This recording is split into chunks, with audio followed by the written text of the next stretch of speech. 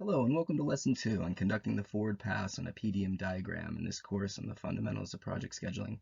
In the first lesson, I went over a brief overview of CPM scheduling, and in this lesson, we're going to dive in and really start to learn the fundamentals of CPM scheduling, starting with the precedence diagram method. So let's get started. Here we have our precedence diagram method again, like I showed you in the first lesson, but now let's actually go over what each area means. In our green tabs, we have our durations for activities showing 5 days, 10 days, so the length of time each activity will take. Our yellow tabs at the bottom represent our early start and early finish, so the earliest our activities can start and finish. On top, in our red tabs, it represents our late start and late finish for each activity, so the latest each activity can start and finish without running into the next activity.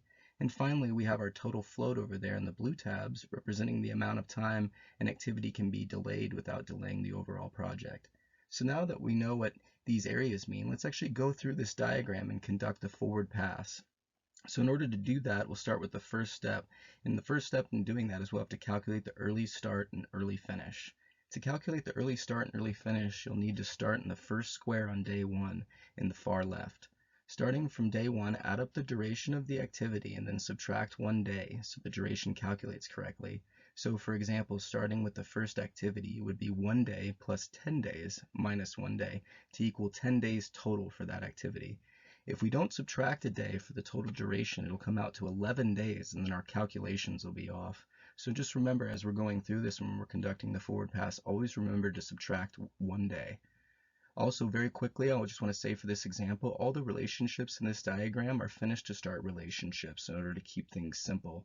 Later in this course, I'll actually go over and explain all 4 relationship types, but for now, I'm just going to go through and discuss the finish to start relationship, which is just meaning that the next set of activities cannot start until its predecessor activity finishes.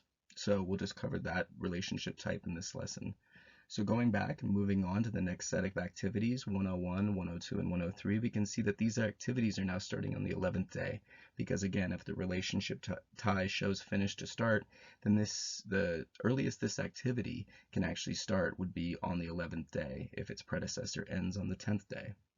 From there, we'll do this process again, starting for the early start again for the 11th day. We'll add the duration of that activity, and then we'll subtract a day to calculate the total duration of the activity. We will do this for all the activities in our diagram until we get all the way down to the end.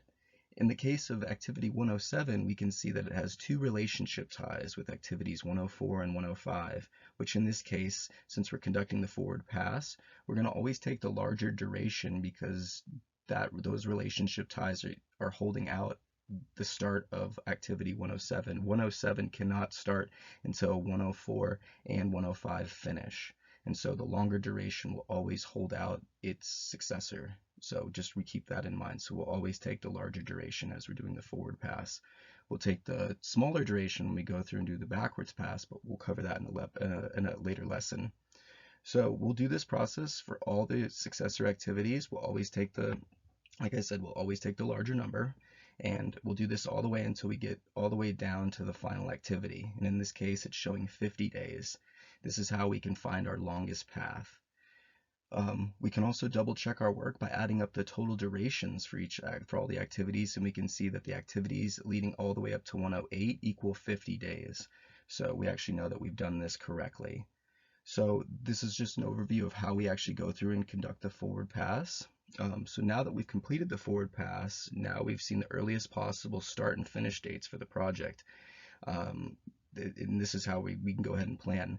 Now we're going to go back the other way from right to left and calculate the backwards pass to find the late start and late finish for each activity.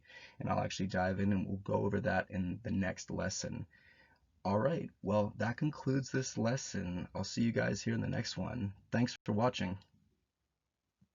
For more information on CPM scheduling and Primavera P6 Professional, please visit bmhscheduling.com. Thanks.